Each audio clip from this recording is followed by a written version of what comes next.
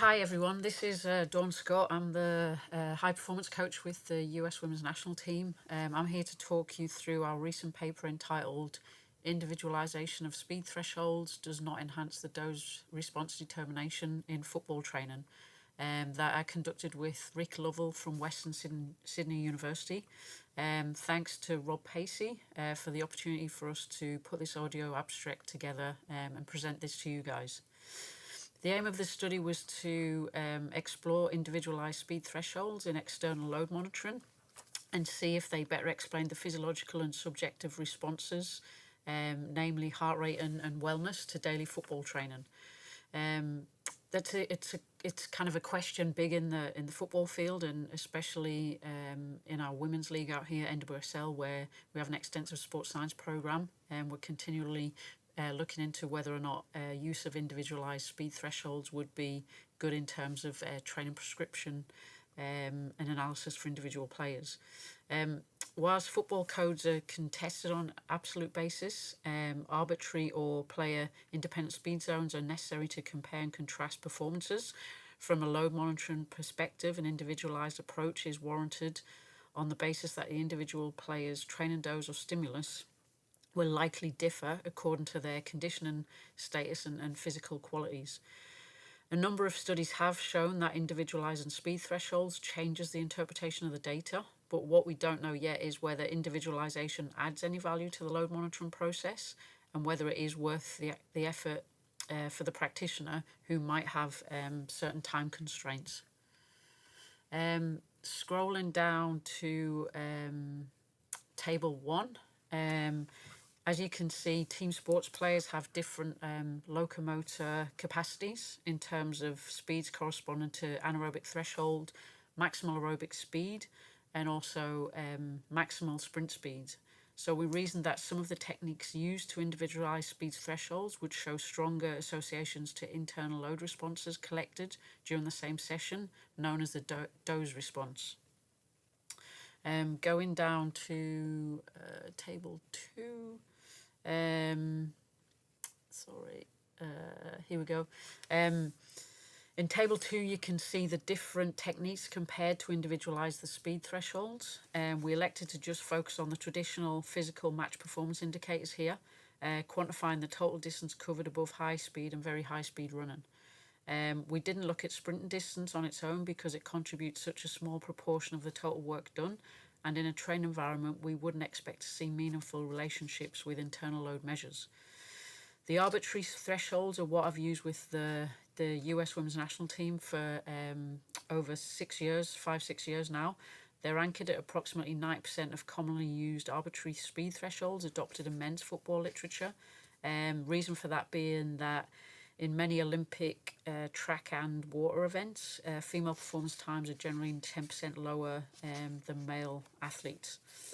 In the next column, we use what's been termed as the locomotor method, which to our knowledge was first used by Alberto Mendez Villanova and Martin Boucher in their work in the Aspire football program. This uses the individual player's maximal aerobic speed for high-speed running and 80% of MAS to reflect the transition to high-speed running. The 80% value is used because an average football player's anaerobic threshold tends to approximate 80% of MAS. We determined MAS using a modified version of the Montreal track test, also known as the VAMI-VAL, assessed on the second day of our training camp. The following day, we also had the players perform a level 1 yo-yo intermittent recovery test, as some commentators have suggested that more functional tests should be used to inform individualized speed thresholds. Here we use both the speed at exhaustion and 80% of that speed to anchor the zones. Since the approach that seems to be the most commonly used by those who individualize speed thresholds is to use the fixed fractions of peak speed.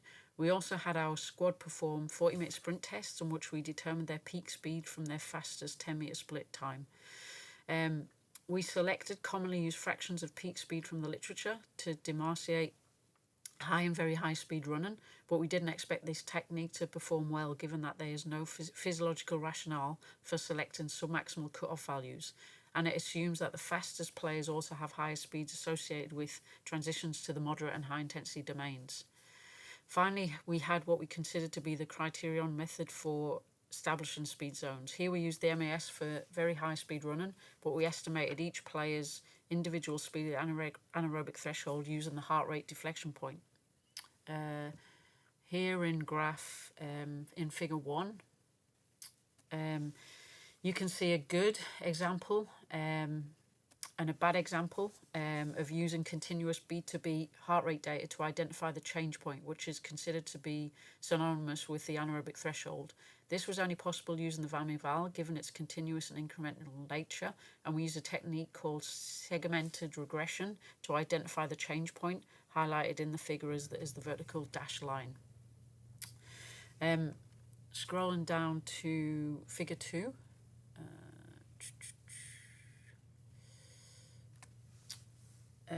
So whenever the players train on the field during this training camp, we collected 10 Hz GPS data and processed it using the 5 different speed zone methods. In figure 2, you can see how the trainer fluctuated day to day. We also collected heart rate data and expressed this as both a TRIMP score using the Edwards method and quantified the time spent above 80% of their heart rate max, determined as the highest heart rate recorded during either the VAMI-VAL or yo-yo intermittent recovery test. We collected RPEs soon after the session, and the players provided wellness ratings of fatigue and soreness on the morning of the following day. Looking at table 3, to determine the magnitude of the dose response, we calculated the within-player correlations due to the repeated measures nature of the dataset. In tables 3, 4, and 5, you can see how internal load measures of heart rate, RPE, and subsequent day soreness and fatigue ratings were associated with high speed and very high speed running, according to the arbitrary and different individualized approaches to speed zones. To summarize, the associations between external and internal load measures were largely consistent, with equal relationship magnitudes denoted in arbitrary and individualized external load measures. We also observed a few differences between the different individualization approaches to time motion analysis.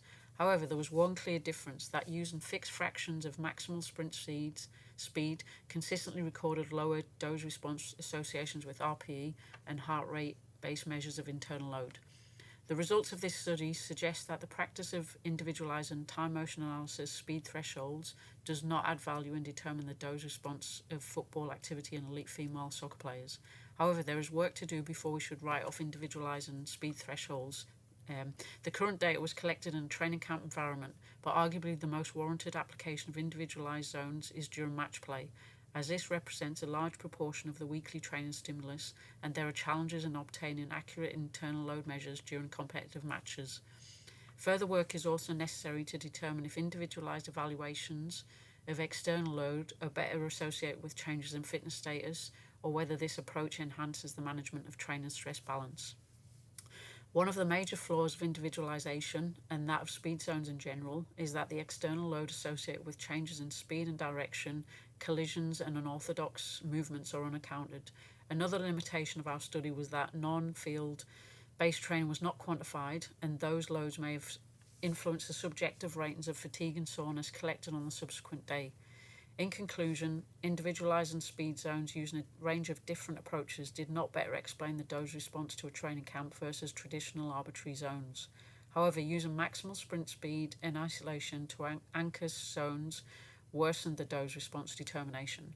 Therefore, whilst the use of maximum sprint speed may be used to quantify the player-specific sprint distance or efforts, we would recommend avoiding this approach to anchor speed thresholds such as high and very high speed running.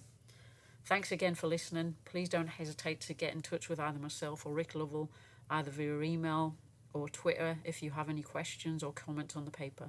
Thanks again to Robert Pacey Performance for this opportunity and for the work that he does generally in the realm of sports science. Thanks, everybody.